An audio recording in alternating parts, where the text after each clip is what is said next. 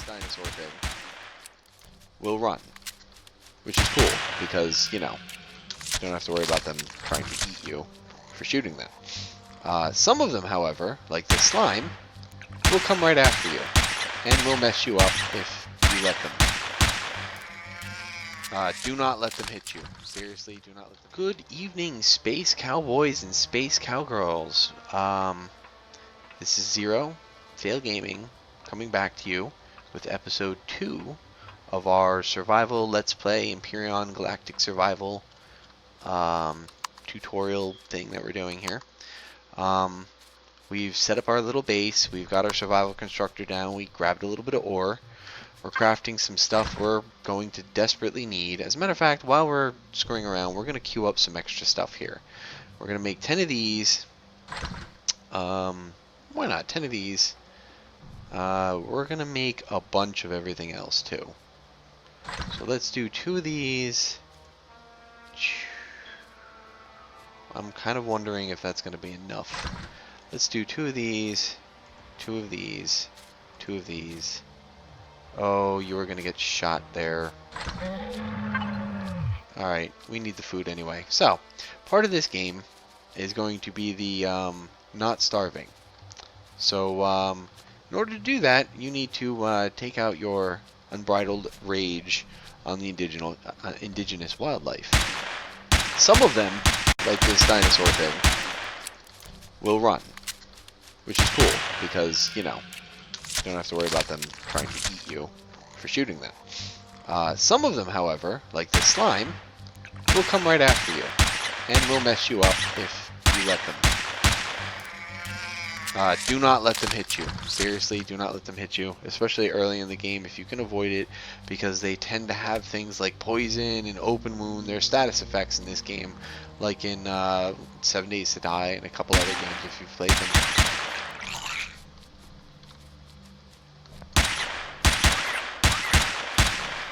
There we go. So by doing this, we're picking up these alien teeth and parts, and we're picking up meat. Now, most of that is really not going to be important to you for a little while. You're really not going to use most of this until we actually have a base up and a constructor and a few other things. But we've got some meat, and that's the important thing. We're just going to put all this down here with the stuff that we don't want to have to worry about. There we go. So there. Now we've got some food. We can cook some food once all this other stuff is done. Trying to determine how to... We need to make some food. I think we've got enough to wait until all of these things are done. But for now, we're going to go and we're going to finish this platform. I'm just going to do simple 9x9. I tend to not make the most grandiose, or however that's pronounced, grandiose base designs. For me, it's more about functionality than form.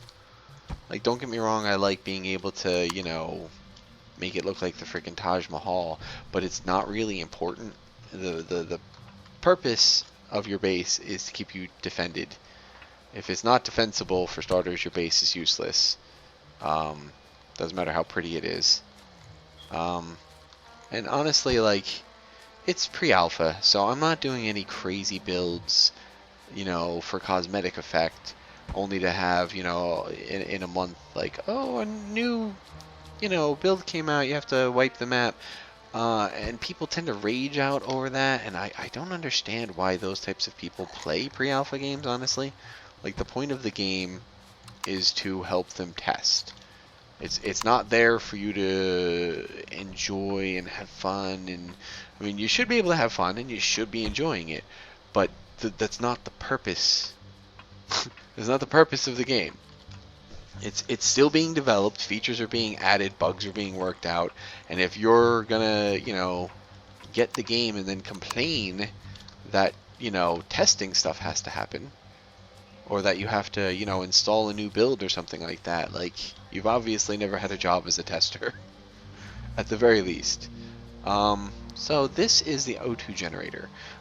In this game, like on this planet, we're not going to need it at all. I don't have my helmet on. As you can see in the lower left-hand corner of the screen here, I don't even have my helmet on because the atmosphere here is breathable. The only time I would conceivably need my helmet on this planet is going underwater. You can actually use it to breathe underwater. You will suffocate if you go into the water without your helmet on. Obviously, I mean that should be kind of obvious. Now we're gonna put just 2 packs in there. That's fine. This gives you the operational time, how long it'll be running. 48 minutes. Status, source quality. Source quality is never going to get better than 80%. I think the only 2 qualities I've ever seen is like 0 and 80. 0 means it's just not working. This is how, it also tells you how much time you have until the next bottle comes out. Bottle of oxygen in this case. There's a water generator, and there's a really cool thing called an H2O2 generator, which you will see later. As soon as I get the points to unlock it, I'm definitely going to pick it up because it's awesome. Now, as you can see here, I have several choices for food. There's some differences in stats, but the main thing that you need to note is that you get the same amount of health, the same amount of food, but the perish timer is way higher. Stamina is cool and all, but I'm almost never out of stamina when I stop to eat. And I'm never going to eat just to get stamina. There's coffee for that, which you can see right here. I'm actually going to make 2 of them when I get room in the crafter. So grilled steak is cool for like cosmetic purposes, but it's kind of inherently pointless. You don't need the extra stamina, and it perishes in like a third of the time. So, yeah, salami. Your character is going to survive off of a steady diet of slam hammy. We have... wow. There's no hostiles around, really, which is kind of surprising, because usually when the night falls, you get on this planet these little flower bastards. I don't know what else to call them. They're like plant monsters, and they try to eat your face. That's about as accurate as you're going to get of a description for me. I think they're literally called plant monsters. So we're just waiting for stuff to craft right now. So this isn't going to be the most exciting part of the video. But while that's happening, I think I might go mine a little bit more. I'm fairly confident I won't get stuck down, and even if I do, I've got the filler flattener tool I can use to kind of dig myself out. This way you guys aren't just watching me stand around like an idiot with my thumb up my butt waiting for stuff to craft, because that's boring to me. I wouldn't want to watch a video of some guy standing, I'm standing here, yep, stuff's still crafting. If you've ever played one of these games, you know a large portion of the time, especially when you start off, is crafting stuff and just waiting for stuff to craft and gathering resources. So, and if you don't, well, now you know. It sounds terrible if you've never played a survival crafting game before, but when you see all the cool stuff you can do after a little bit of mining and gathering and the progression and the, you know, like in this game you also have like skill trees and whatnot, which I will show you actually very shortly. As soon as I spend this drill charge, I'm probably going to spend whatever points I have, and if I level up again, that'll just give me that point system. So I'm just going around. My little technique here is to clear out a ditch around the outside of the node. I start at the top for starters. Stupid dinosaur. I start at the top, and I just make concentric rings basically around it until I've cleared out all the ore around it, and there's a big mound in the middle, and then I just drill the mound to nothing.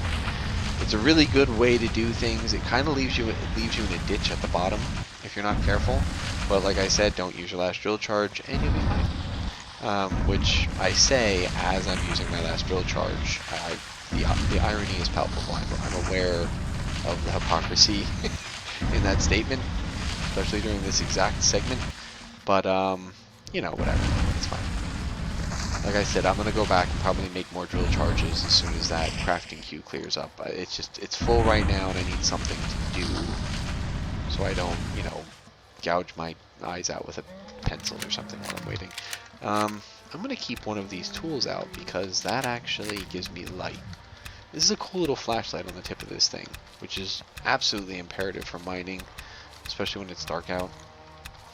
It can get dark enough during the daytime, you get in a deep enough hole, so we're just going through and we're picking up more iron.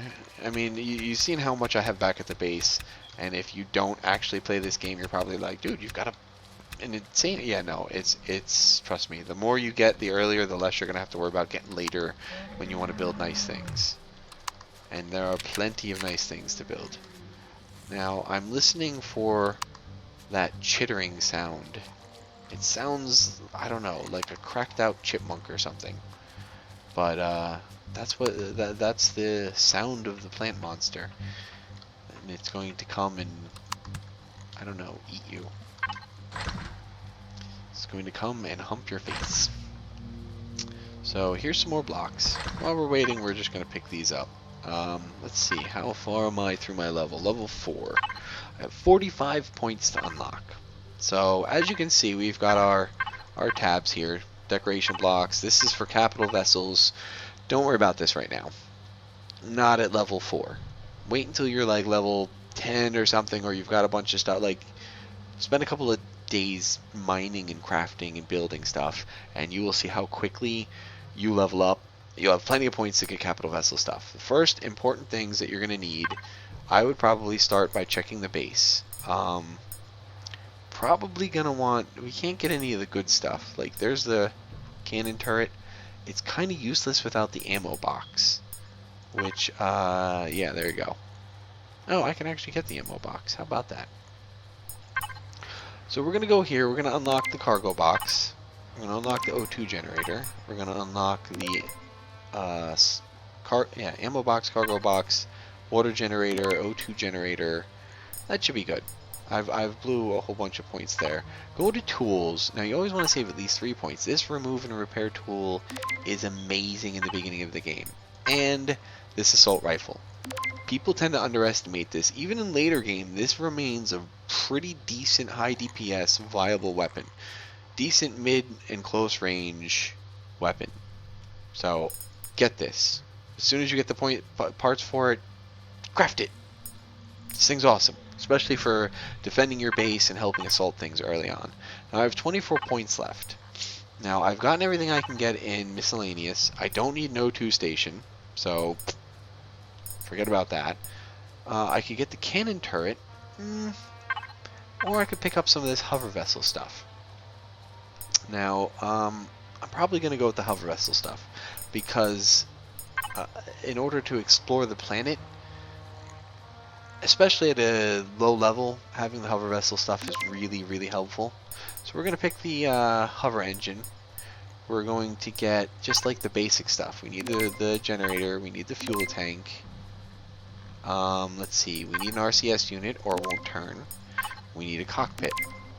Let's see, and in order to actually give this thing thrust, we're going to need a directional thruster. It's basically just something to push it around. And I have 6 points left. Not really sure what to spend it on.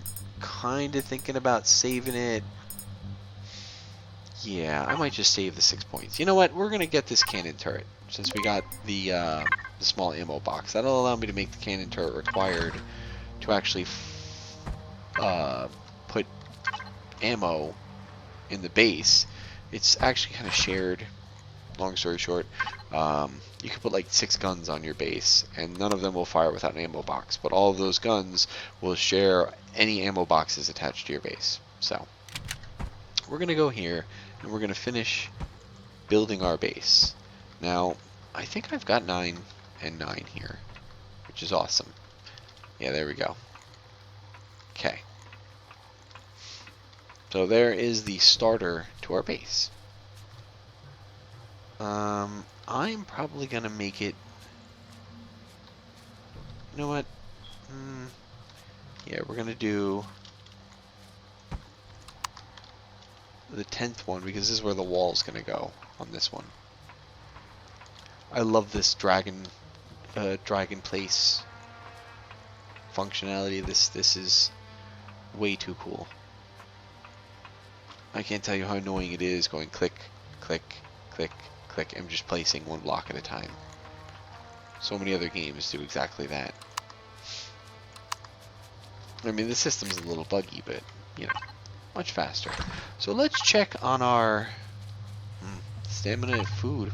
Getting a little low there. So we've got some oxygen bottles. We're going to just grab these. I don't really need them. Not going to be using them anytime soon. But, you know, whatever. They're there. I'm going to grab them. I'm actually wandering around right now looking for food.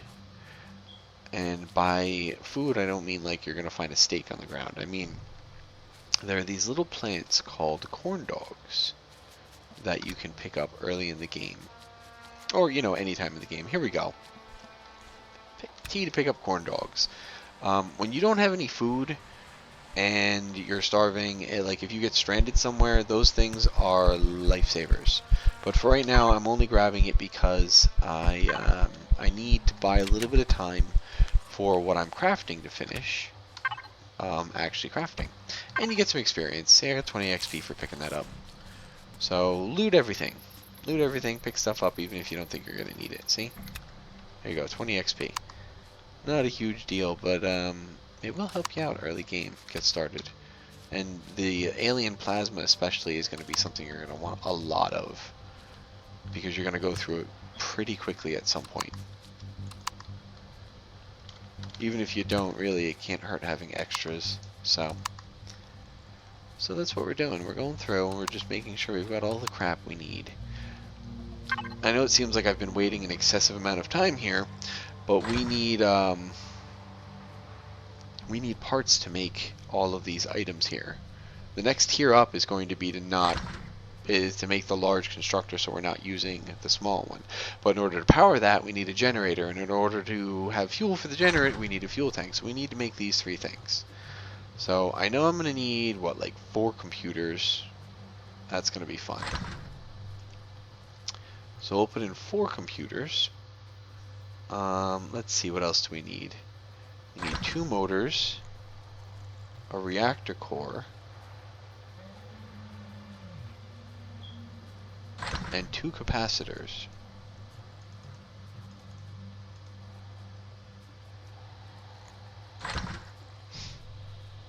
I'm hoping this works. I tried to make a bunch of things with hopes that I would not run out while making components, but you never know. There's an awful lot of this stuff to make, so let's put some of this stuff away. These are really getting close to expiring. We're gonna hold on to all of these. I mean, I'm not desperate for room yet. I'm not really planning on doing anything with this yet. I would normally save the blocks, but we're gonna use them because I have an abundance of these things.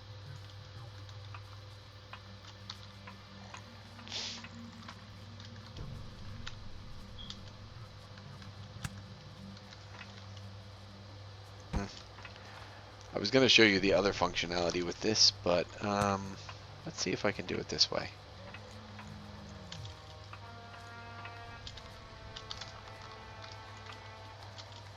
There we go. If you hold just the mouse button, you can drag a line. If you hold control, it allows you to place a plane. So what I'm doing here is I'm trying to make a wall. We're just going to make it 3 high for now. We just want walls. We're not really doing ceiling yet. And I kind of have to determine where I'm going to put the entrance. Because as you see, I kind of built on top of a hill here. And I'm out of stuff. Now I've rebound my my jetpack, the toggle for my jetpack, to one of my extra mouse buttons. This is just one of the little pro tips here.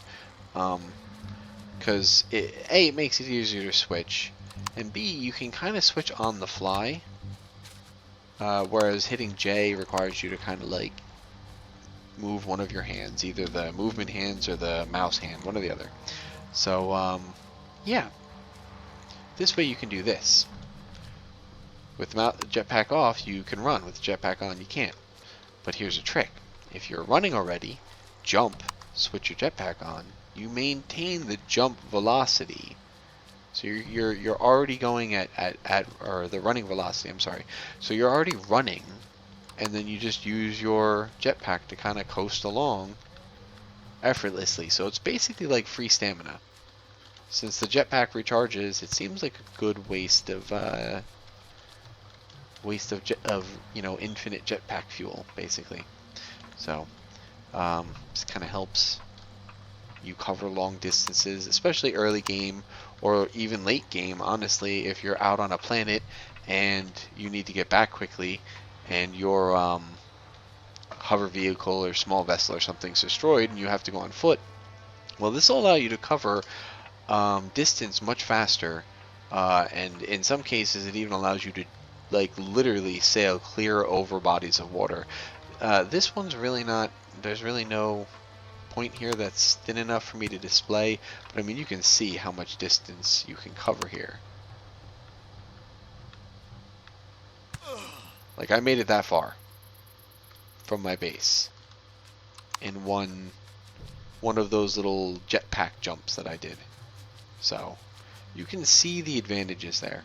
Now this was all just kind of to kill some time waiting for this crap to finish, and it's almost finished. So between my food running out and the crafting taking forever, I'm probably going to call this a video. That was just some basic, like, here's how to place some blocks.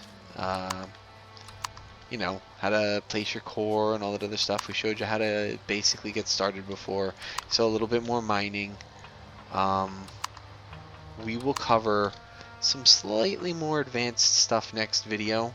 Crafting, I showed you how to make the components. Well, next video we're going to show you how to put everything together and actually start populating your base with useful stuff instead of making a giant soulless square gray block. This is going to be a really modular design for a base, by the way. As I stated in my first video, I'm not in this for the building, but I do need a base. So I've come up with this little 9x9 system. The 10th block around the outside is, the whole outer perimeter is the wall and the ceiling. It's 3 high, so I'll get into why it's 3 high later. But the point is when I'm doing this kind of a base, if I want to, say, add another room, all I have to do is use the filler and flattener tool. I can poke a hole, well this isn't the right tool, but I can poke a hole in the wall and then just build another big gray block around the outside, and I've got another room attached to this one with no effort, basically, other than, whatever it was required to actually gather the stuff and make the blocks. So yeah, but we'll pick up next video. Until then, stay frosty, space cowgirls and space cowboys, and we'll see you in episode 3.